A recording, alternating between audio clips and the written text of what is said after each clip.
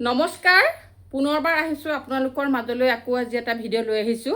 এইকেইদিন ভিডিঅ' তেনেকৈ দিব পৰা নাই, অলপ বানাক্ৰান্ত ৰাইজৰ কাৰণে কিবা কৰিব পাৰোঁ নেকি আগবাঢ়ি গৈছিলোঁ আৰু সেই অনুপাতে সকলোৰে সহযোগত মোৰ শুভাকাংক্ষীসকলৰ সহযোগত আমাৰ গাঁৱৰ মহিলাসকলৰ সহযোগত একদম সুন্দৰকৈ সেই কাৰ্যসূচীটো সফল ৰূপায়ণ কৰিলোঁ। তাৰ বাবে আচলতে মনটো খুব ভাল লাগিছে আৰু আজি মানে ভিডিঅ'টো এইকাৰণেই লৈ আহিলোঁ, যিটো আপোনালোকে ভাবি আছে চাগে মই ভিডিঅ' বনোৱা নাই ভিডিঅ' বনাবলৈ আচলতে মানে বেলেগ কামত লাগি থকাৰ কাৰণে সময় পোৱা নাছিলোঁ। আজি পুনৰবাৰ আহিছোঁ আপোনালোকৰ মাজলৈ।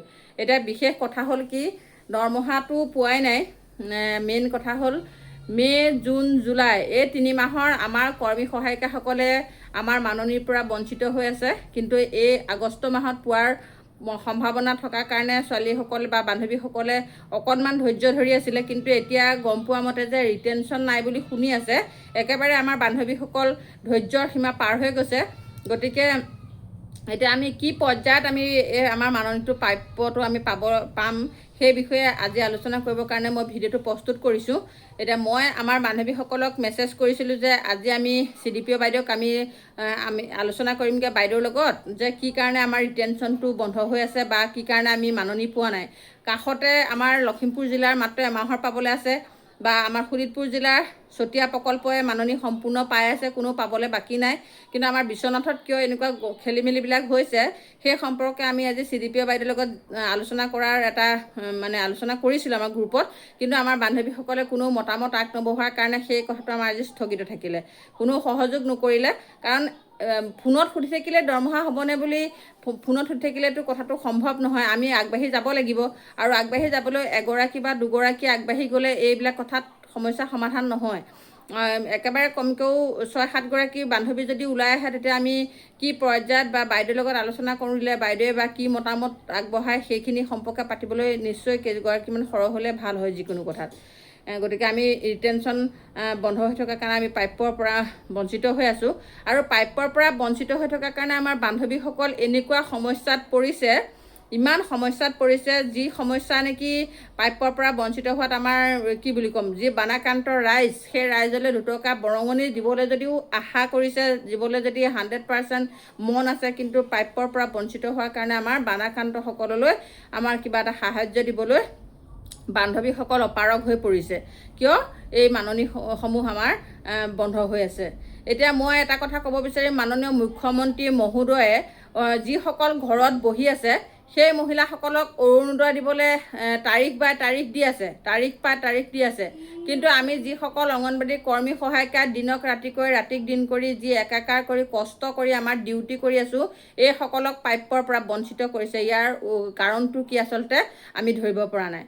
যিসকল মহিলাই আগষ্টত যদিও কৈ আছে যে আমাক এই মাহত আমাক অৰুণোদয় নালাগে, বানাক্ৰান্ত ৰাইজলৈ আগবঢ়াওক, সেইটোত আচলতে যদি পাবলগীয়াসকলে যদি তেনেকৈ কৰাৰ পিছতো মাননীয় মুখ্যমন্ত্ৰী মহোদয়ে একদম উতঃপুতহকৈ অৰুণোদয়ত লাগি আছে, সেইটো এটা আচৰিত কথা। কিন্তু আমি যিটো পাবলগীয়া পইচা আমাৰ পাবলগীয়াটো মুখ্যমন্ত্ৰী মহোদয়ে কি কাৰণে এনেকুৱা হৈ আছে আমি আচলতে জনাব বিচাৰিছোঁ। ভিডিঅ'ৰ দ্বাৰা আপোনালোকে কমেণ্ট কৰিব কোনে কোনে আমাৰ এই মাননিটো কিমান মোৰ ভিডিঅ' যিসকল বান্ধৱীয়ে চায়, বান্ধৱীসকলে কমেণ্ট কৰি জনাবচোন আপোনালোকে মাননি পাইছেনে নাই পোৱা, কিমান মাহৰ পাবলৈ বাকী আছে, বা কিমান মাহৰ পাইছে, বা এই মাহত পাবনে নাপায়, আপোনালোকে পোৱাৰ সম্ভাৱনা আছেনে নাই। মোৰ ভিডিঅ' চাই পেলাই আপোনালোকে কমেণ্ট কৰিব।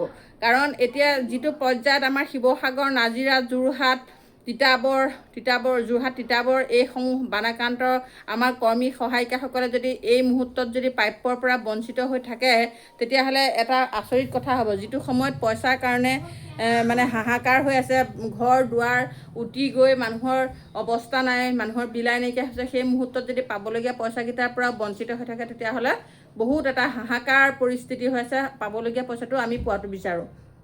গতিকে যিসকলে পাইছে কমেণ্ট কৰিব, আৰু যিসকলে নাই পোৱা নোপোৱাসকলেও কমেণ্ট কৰিব। এতিয়া আমাৰ এনেকুৱা এটা পৰ্যায় হৈছে আমি নে CB পইচা পাইছোঁ, নে আমি ইনচেণ্টিভৰ পইচা পাইছোঁ, নে আমি মাননি পইচা পাইছোঁ। যদি একো পইচা নাপাওঁৱেই, একো ফালৰ পৰা যদি 3-4 মাহ বছৰ যদি আমি বঞ্চিত হ'ব লাগে, আমিতো এই 3-4 মাহ আমি প্ৰাপ্য মাননিৰ পৰা বঞ্চিত হৈ আছোঁ। আৰু CB ইনচেণ্টিভৰ কথাটো মই কোৱাই নাই, এই 2 বছৰ 1 বছৰ হ'ল সেয়াত বঞ্চিত হৈ থকা।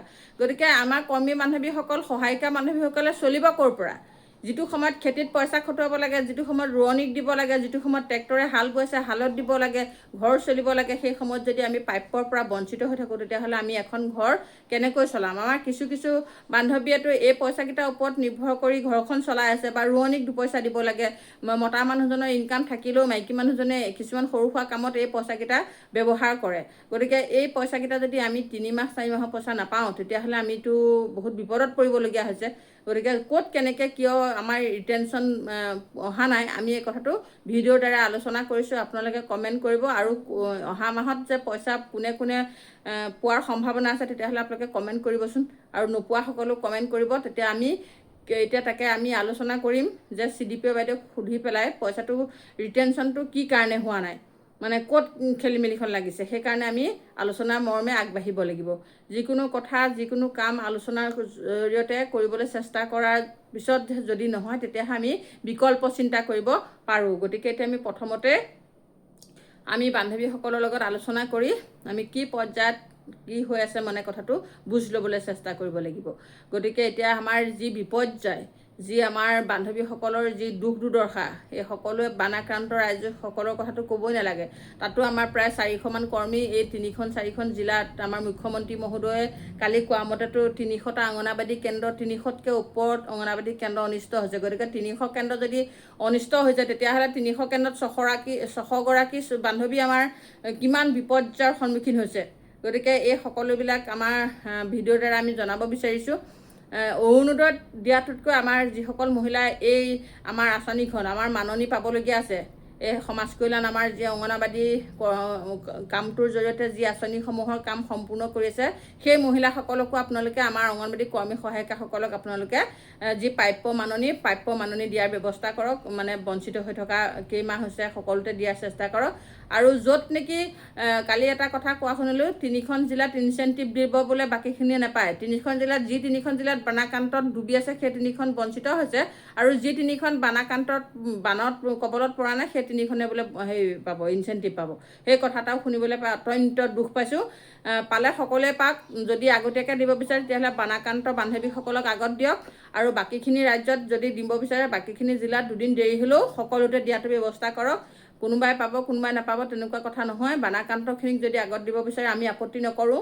কিন্তু যদি বানাত আক্ৰান্ত নোহোৱাসকলে আগত পায়, তেতিয়াহ'লে আমাৰ আপত্তি আহিব, আৰু বিকল্প আমি বেলেগ চিন্তা কৰিবলৈ বাধ্য হ'ম। গতিকে এতিয়া আমি বঞ্চিত হৈ থকা আমি মাননিৰ পৰা সোনকালে আমি পাব বিচাৰোঁ। গতিকে আজিলৈ ভিডিঅ'টো ইমানতে সামৰি মাৰিছোঁ। অন্য ভিডিঅ' লৈ আহিম, আপোনালোকে সুধি থকা সকলো কথা পাব। এতিয়াৰ পৰা আপোনালোকে ভিডিঅ' ৰেগুলাৰ পাই থাকিব। ধন্যবাদ।